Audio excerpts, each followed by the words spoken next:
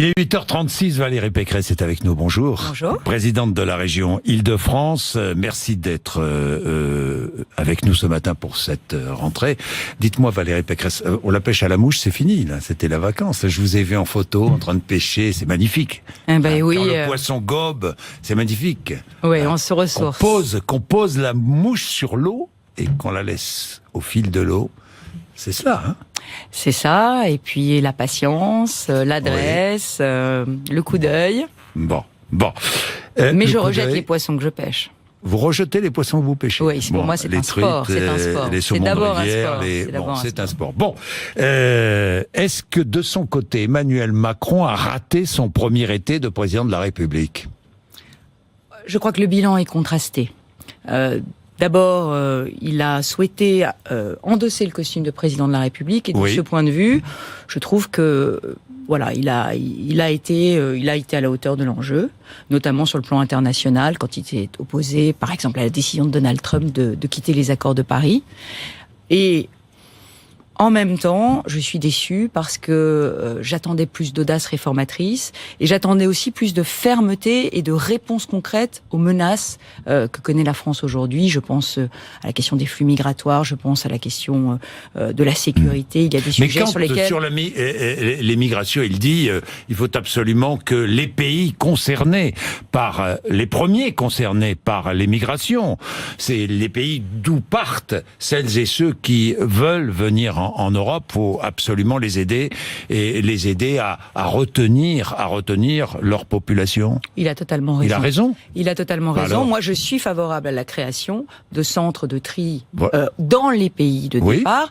Je suis aussi favorable à une politique de co-développement avec ces pays, avec un donnant-donnant. Si on vous aide à vous co-développer, et il faut les aider, il faut qu'ils gardent leur population chez eux et qu'ils acceptent de les reprendre quand on les renvoie. Alors la question, moi, que je pose au gouvernement, j'ai entendu Monsieur Macron dire les étrangers en situation irrégulière vont rentrer chez eux. Moi, je demande que le gouvernement publie chaque mois le nombre de reconduites à la frontière d'étrangers en situation irrégulière. Aujourd'hui en Île-de-France, mais c'est partout pareil en France, nos centres d'hébergement sont saturés de déboutés du droit d'asile qui ne retournent pas chez eux. On ne peut plus continuer indéfiniment comme ça. J'allais dire, nous n'avons absolument plus les capacités d'accueil, et il faut aussi définir un certain nombre de pays sûrs, il faut accélérer l'instruction de ces demandes d'asile, et il faut que ceux qui sont déboutés rentrent chez eux. 4% de déboutés qui retournent, c'est absolument un scandale. La popularité d'un président de la République en France est inévitable. C'est Nicolas Sarkozy qui dit cela. Vous êtes d'accord avec lui? C'est inévitable, dit-il. Il faut accepter, quand on est président de la République, de ne pas chercher la popularité à chaque moment. Je pense qu'on est jugé sur les résultats. Et le sujet, c'est l'audace réformatrice. Alors je sais que le président ne veut plus employer ce mot, il dit la France est irréformable. Moi, je sais que c'est faux. Je sais que c'est faux. Nous, on l'a réformé. On l'a réformé sur l'université, Xavier Bertrand, Éric Woerth sur les retraites, sur le service minimum. La vérité, c'est que quand on veut, on peut... Vous n'avez pas été réélu, quoi. Vous n'avez pas gagné l'élection, c'est pas pour ça. Ça n'est pas pour ça. Vous allez me dire que c'est pas pour ça. Ça n'est pas pour ça. Mais c'est jamais pour ça. Non, ça n'est pas parce que nous avons fait la réforme. D'ailleurs, la preuve, c'est que sur l'université, sur les retraites ou sur le service minimum, rien n'a été remis en cause par la gauche. Au contraire. Ils veulent aller plus loin. Justement, le code du travail. Mais vous savez, sans ces réformes, Monsieur Bourdin, il n'y aura pas de baisse d'impôts, il n'y aura pas de baisse des charges et il n'y aura pas de baisse du chômage. Et moi, ce qui me frappe et ce qui me scandalise, c'est qu'aujourd'hui, nous sommes le seul pays d'Europe qui ne met pas toute son énergie à vaincre le fléau du chômage. La plupart de nos voisins, aujourd'hui, sont au plein emploi. La plupart. On a la croissance qui redémarre. Et cette croissance, elle ne bénéficie pas aux produits français. Est-ce que la réforme voulue par le gouvernement du Code du travail va permettre de faire diminuer le chômage? À vos yeux, oui ou non? Mais bien évidemment, et surtout si elle va jusqu'au bout. Le problème que nous... Vous la soutenez, cette réforme? Je soutiendrai tout ce qui ira dans le bon sens, Monsieur Bourdin. En tant que présidente de région, je suis un partenaire du gouvernement. Moi, ce que je veux, c'est évidemment, quand ça va bien, quand ça va dans la bonne direction, je le dis. Quand on fait ensemble des opérations pour faire revenir toutes les entreprises qui sont installées à Londres au moment du Brexit, eh bien je dis que c'est bien. Quand on se bat ensemble pour obtenir les Jeux Olympiques, des Jeux Olympiques sobres, économes. Je dis que c'est bien. Nous verrons s'ils sont économes et sobres. En tout cas, c'est toujours ce qu'on annonce avant. Oui, enfin, nous avons pris des engagements qui sont de dire qu'on ferait très peu de nouvelles infrastructures sportives et surtout, la région a demandé que ce soit pas seulement des infrastructures pour la télévision, mais aussi des infrastructures de sport de proximité pour que les Français puissent aussi pratiquer du sport. Bien, je reviens sur la réforme du Code du travail. Êtes-vous favorable, par exemple, au plafonnement des indemnités prud'homales versées aux salariés dont le licenciement est jugé sans cause réelle et sérieuse? Je suis favorable à tout ce qui permet d'embaucher davantage. Et le fait de savoir comment et dans quelles conditions se passera le licenciement, en réalité, permet d'embaucher davantage. Donc il faut absolument qu'on déverrouille tous les blocages et les freins à l'embauche, et ça en fait partie. Bien. Est-ce que vous considérez, certains le disent et le répètent, qu'Emmanuel Macron est le président des riches? Moi, je ne mettrai pas d'étiquette. Vous savez, Emmanuel Macron, qu'est-ce qu'il a fait cet été? Mélenchon, j'ai entendu. Oui. Cet été, par exemple, Emmanuel Macron est venu sur une base de loisirs de la région pour saluer une opération que je soutiens d'aide aux enfants qui ne partent pas en vacances. Donc, je pense que profondément, le président de la République veut aider tous les Français et qu'il est attentif à tous les Français. Maintenant, le sujet, c'est ses actes. Et il sera jugé sur ses actes. Oui, mais lorsqu'il propose une baisse d'impôts pour les plus riches, avec l'ISF, et que parallèlement, et cette baisse d'impôts est prévue début janvier, et que parallèlement, les autres baisses d'impôts sont un peu reportées dans le temps pour des questions budgétaires, est-ce qu'on ne peut pas considérer qu'il favorise les riches, aux dépens des classes moyennes? Monsieur Bourdin, permettez-moi de vous dire que nous avons, fait campagne, toute la campagne, sur le refus de la hausse de la CSG, en disant que cette hausse de la CSG serait injuste. Eh bien voilà, les Français... Elle est injuste. Elle est injuste parce que... Même s'il y a compensation avec la suppression de cotisations salariales. Vous savez, le problème c'est que tout ça s'étale dans le temps. Le sujet aujourd'hui, me semble-t-il, c'est que si on fait des réformes fortes, qui permettent de faire des économies fortes, simplification du millefeuille administratif, réforme des retraites, réforme des allocations chômage pour éviter les abus, les gaspillages, si on fait ces réformes, eh bien à ce moment-là, on pourra baisser les impôts. Et le sujet aujourd'hui, c'est que les Français sont écrasés d'impôts et que ça nuit à la compétitivité de l'économie française, ça nuit à cet aussi... écrasement, Nicolas Sarkozy, François Hollande, quand on regarde les chiffres... Écoutez, à l'époque, on a commencé, nous, notre quinquennat, en baissant massivement les impôts, et ensuite, à la fin, on les a effectivement réaugmentés dans l'urgence de la crise financière. C'est vrai, ça je le reconnais. Mais vous pouvez pas ne pas nous faire crédit d'avoir essayé de réformer, notamment sur la question des retraites, par exemple.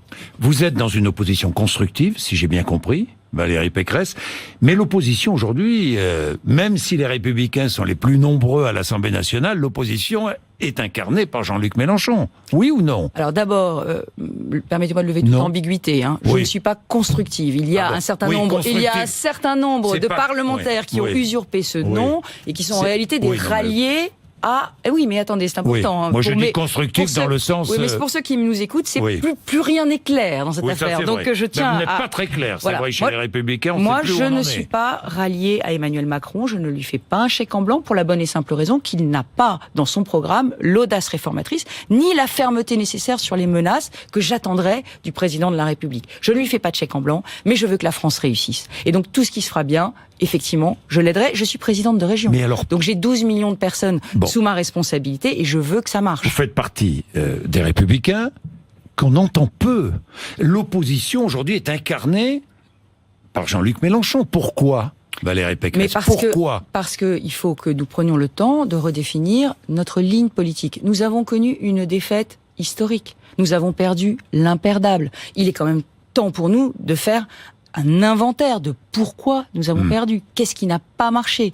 Moi, j'ai un certain nombre de convictions, mais je crois qu'il faut qu'on réinvente tout du sol au plafond. Vous allez lancer votre mouvement d'idées, qui va s'appeler Libre, on est bien d'accord? Le 10, je crois, le 10 septembre à Argenteuil, dans une banlieue populaire dans laquelle on dit que la droite ne peut plus mettre les pieds. Bon, à Argenteuil, avec qui? Eh bien, avec tous ceux qui, comme moi, se reconnaissent dans, on va dire, l'idée du gaullisme social. C'est quoi le gaullisme social? Vous savez que moi j'ai été emmenée en politique par Jacques Chirac, par le Jacques Chirac de la fracture sociale. Ce qui me semble, c'est qu'aujourd'hui on doit retrouver les racines de ce gaullisme social qui, à la fois, est un veut de l'autorité, mais en même temps veut du social, veut de l'humanité. Et il me semble qu'on doit lutter davantage contre les injustices. Et la droite a abandonné ce terrain des injustices, des fractures, des inégalités à la gauche. Et ça a été, à mon avis, à la source de notre défaite. Oui, enfin, ça n'a pas réussi à la gauche non plus, hein, Valérie Pécresse, à la gauche socialiste. Non, mais à la gauche, ou à l'ultra-gauche, ou au Front National, d'ailleurs. Au Front National, oui. J'allais vous en parler. Mais Valérie Pécresse... Vous savez, De Gaulle disait, la droite, c'est le métro à 5 heures. Eh bien, ça fait belle lurette que la droite ne ressemble plus au métro à 5 heures. Et que la droite ne prend plus le métro. Oh, bah écoutez, permettez-moi de vous dire que moi, je le prends, et je le prends parce que j'essaye justement de le moderniser, comme vous le savez. Bon, je vais y revenir. Je vais revenir au transport en Ile-de-France notamment. Mais Valérie Pécresse, la droite, les Républicains. Bon, vous lancez un mouvement au sein même des Républicains. Il y a bientôt une élection à la présidence des Républicains. D'abord, vous ne serez pas candidate, vous confirmez? Non, j'ai fait le choix de ma région. Parce que j'ai fait un pacte de confiance avec mes électeurs et je me suis engagée à être présidente de région sans cumul. Oui, enfin, donc je ne peux pas cumuler toutes les fonctions. En créant un mouvement à l'intérieur des Républicains, vous allez peser sur cette élection, forcément. Je veux peser sur la ligne politique de mon parti. Voilà. Je veux, avec un certain nombre d'élus, avec des représentants de la société civile, avec des Français, je veux peser sur la ligne de mon parti. Parce que je pense que après une défaite, il y a un risque de dislocation, il y a un risque de division. Et si on veut rester tous unis au sein des Républicains, si on veut pas rompre cette grande alliance de la droite et du centre que sont les Républicains, il faut absolument que la diversité des sensibilités s'exprime. Moi, je fais partie d'une droite qui n'est pas poreuse avec le Front National. Si vous avez à choisir entre Laurent Wauquiez et Daniel Fasquelle, vous faites quoi? Pour l'instant, l'objectif de Libre, c'est la ligne politique. Ça n'est pas... D'abord, on ne sait pas qui seront les candidats à la présidence du mouvement. Mais mon sujet... Fasquelle, on le sait, et Wauquiez aussi. Mon sujet, ça n'est pas la présidence aujourd'hui des LR. Mon sujet, c'est de la ligne politique, à ce que les Républicains ne soient ni Macron ni Buisson, c'est-à-dire dans une ligne qui n'est pas poreuse avec le Front National, et en même temps une ligne d'opposition et au gouvernement. Valérie Pécresse, chaque candidat incarne une ligne politique. Enfin, est-ce que vous voterez pour Laurent Wauquiez? Aujourd'hui, je vous pose la question. Aujourd'hui, le sujet, c'est... Mais vous ne me répondez pas. Non, mais attendez. Pour l'instant, j'attends de voir qui seront les candidats et j'attends de voir ce qu'ils vont proposer. Moi, je n'ai pas. Alors, je vais vous dire. Attendez. Je vous réponds. Le conditionnel. Je vous réponds, Monsieur Bourdin. Oui. Aujourd'hui, ma ligne politique n'est pas la sienne. Ma ligne politique n'est pas la sienne. C'est une réalité. Et par ailleurs, quand j'entends dire, je sais pas, Florian Philippot ou Marion Maréchal Le Pen, nous avons des choses à faire avec Laurent Wauquiez. Permettez-moi de vous dire que ça suscite chez moi une réaction immédiate en me disant il faut absolument que nous soyons un certain nombre dans les Républicains à réaffirmer que ça n'est pas... Et à faire barrage à cela. On fera barrage à cela, mais en positif, on réaffirmera. Oui, mais moi, ce que je souhaite... Attendez, pardon. Oui. Mais ce que je pense, c'est que si nous avons perdu, c'est pas parce que nos valeurs sont obsolètes, c'est pas parce qu'il y a plus de clivage droite-gauche. Moi, je crois que l'autorité, la liberté, le travail, la justice, la famille, c'est des valeurs qui sont structurantes et que il y a des Français qui préféreront toujours la responsabilité individuelle à la culture de l'excuse, qui préféreront toujours la liberté à l'égalitarisme. Donc, le sujet, c'est pas est-ce que la droite n'existe plus. Le sujet aujourd'hui, c'est que nous devons être bien dans nos valeurs et en même temps bien dans notre époque. Et que on s'est recroquevillé avec le poison des affaires, avec un certain nombre de pratiques du passé qui nous ont plombé toute cette campagne. On s'est recroquevillé. On a donné le sentiment qu'on était plus fasciné par la France d'hier que dans la préparation de la France de demain. On n'a pas parlé de social, on n'a pas parlé d'écologie, on n'a pas apporté des réponses, j'allais dire, créatives aux menaces. Enfin, donc tout ça, c'est important. On n'a pas parlé de la croissance de demain. Est-ce que la droite aujourd'hui, la droite républicaine, a un leader naturel? Franchement. Est-ce qu'aujourd'hui, il y a un leader qui se dégage? Mais attendez. Le sujet, c'est pas notre candidat à la présidentielle. Aujourd'hui, le sujet, c'est notre ligne. Ce que les Français veulent, c'est qu'on leur dise concrètement. Oui. Concrètement, qu'est-ce qu'on veut pour la France demain et quelles sont les solutions nouvelles qu'on peut apporter aux problèmes qu'ils connaissent. Il va falloir que vous soyez crédible, Valérie Pécresse. Oui, justement, oui. C'est pour ça que je fais le choix de ma région. Je fais le choix de ma région parce que ce que les Français attendent de nous, c'est de la preuve. C'est de montrer ce que les politiques font. Je vais vous donner un exemple. Moi aussi, je vais vous en donner un autre. La laïcité. Oui. Aujourd'hui, on sait bien que nous avons une poussée islamiste en France qui est très forte, avec des risques de radicalisation. En Ile-de-France, nous avons 4000 fichiers S radicalisés.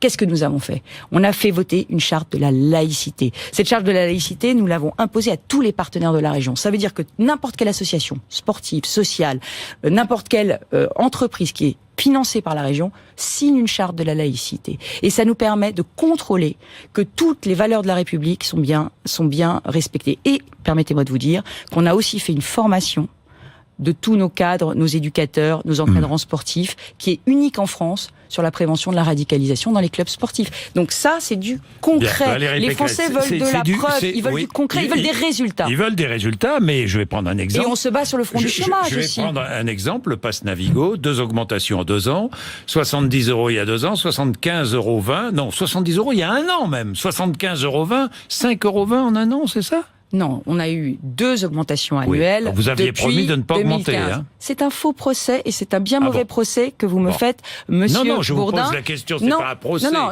je vous pose la question. C'est vrai ou c'est faux? Il y a eu 2 augmentations annuelles du pass Navigo depuis mon arrivée. Les transports en Ile-de-France sont extraordinairement dégradés. Les Français le savent, ils le vivent au quotidien et nous avons besoin d'investissement. Mais moi, je voudrais dire 2 choses pour répondre à la question. La première, c'est que je me bats tous les jours pour que les augmentations du pass Navigo soient les moins élevées possibles. Je vous donne 2 exemples. La lutte contre la fraude. J'ai lancé un grand plan de lutte contre la fraude. Ça nous a rapporté 30 millions d'euros en 2 ans. Les étrangers en situation irrégulière. J'ai supprimé la quasi-gratuité des transports pour les étrangers en situation irrégulière à leur famille. Ça nous a rapporté 40 millions d'euros. Ça rapporte beaucoup d'argent, mais ça coûte aussi de plus en plus à tous ceux qui voyagent. J'ai fait faire une économie de 70 millions d'euros. Oui. C'est 2 € d'augmentation du pass. J'ai évité 2 € d'augmentation du pass. Vous avez augmenté de 5,20 €, on aurait pu... on aurait pu avoir besoin d'augmenter davantage. Mais, ah bon? Mais. Ah bon? Non, oui. Je me bats tous les jours. Vous avez l'honnêteté de nous dire, mais attendez. Et je reviens sur... Vous aviez promis de ne pas l'augmenter, quand même. Je reviens là-dessus.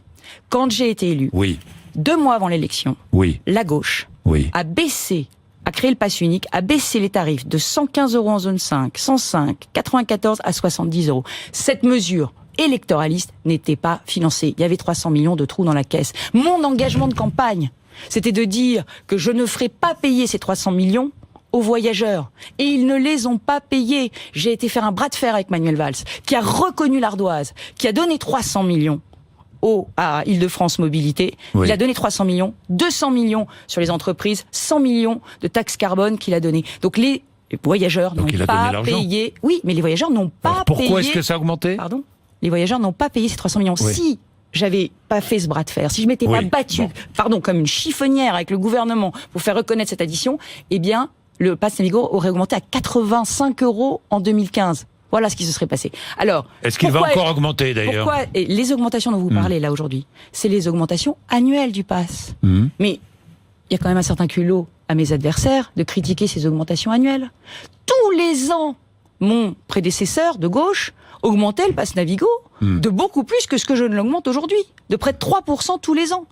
Donc, il faut avoir du culot pour me reprocher d'investir dans les transports pour les moderniser. Voilà. Bien. Alors, la vérité, et je vous l'ai dit parce qu'il faut le dire la vérité, c'est qu'évidemment, nous avons besoin, jusqu'à 2021, de continuer les investissements dans les transports. Donc ça veut dire que le pass Navigo va augmenter? Non, ça veut dire qu'il faut que les recettes d'Île-de-France Mobilité continuent d'augmenter tous les ans jusqu'en 2021. Et c'est pour ça que je me bats pour qu'il y ait plus de croissance en Île-de-France. Parce que s'il y a plus de croissance, le versement des entreprises va augmenter. C'est pour ça que je me bats contre la fraude. Parce que moins il y aura de fraude, plus les recettes vont augmenter. Vont coûter plus cher? C'est possible, mais en tout cas, ce sera toujours des augmentations. Ce sera toujours des augmentations justifiées. Et je me battrai pour qu'elles soient le plus limitées. Ne me dites pas c'est possible. Oui, on augmentera, mais parce qu'on a besoin d'augmenter. On augmentera. Dites-moi ça. On augmentera si on a besoin d'augmenter. C'est-à-dire si les recettes de la fraude, les recettes des entreprises ne sont pas au rendez-vous. Et on augmentera le moins possible. Ça, c'est mon engagement. Bon, un mot sur le plan vélo à Paris. Ce plan vélo, vous le contestez, vous le... Alors, sur le plan vélo... Vous l'appuyez, je ne sais pas moi. D'abord, laissez-moi vous dire que la région est totalement mobilisée sur la lutte contre la pollution de l'air. C'est d'ailleurs notre responsabilité. On a fait voter, c'est nous qui avons fait voter, la sortie du diesel de tous les bus des zones urbaines d'Île-de-France. Donc à partir de cette année, il n'y aura plus un bus diesel qui sera acheté par exemple à Paris. on fait aussi un plan vélo régional. Je le dis parce qu'il ne faut pas que les Franciliens aient le sentiment qu'il se passe des choses à Paris, qu'il ne se passe rien en banlieue. La région est au rendez-vous de la lutte contre la pollution. Moi, ce que je critique sur la fermeture des voies sur berge ou sur le plan vélo de la ville de Paris, c'est la brutalité de la méthode.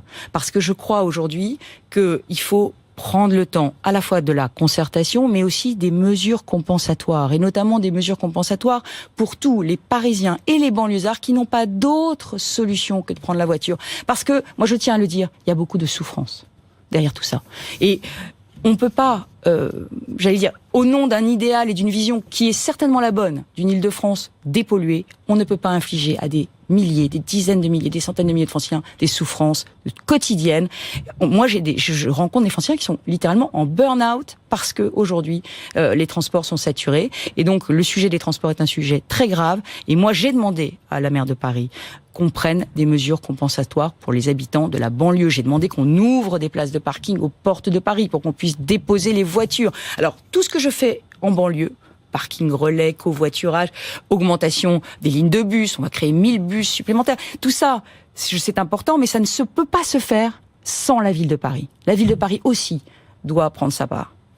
8h57, merci Valérie Pécresse. Retrouvez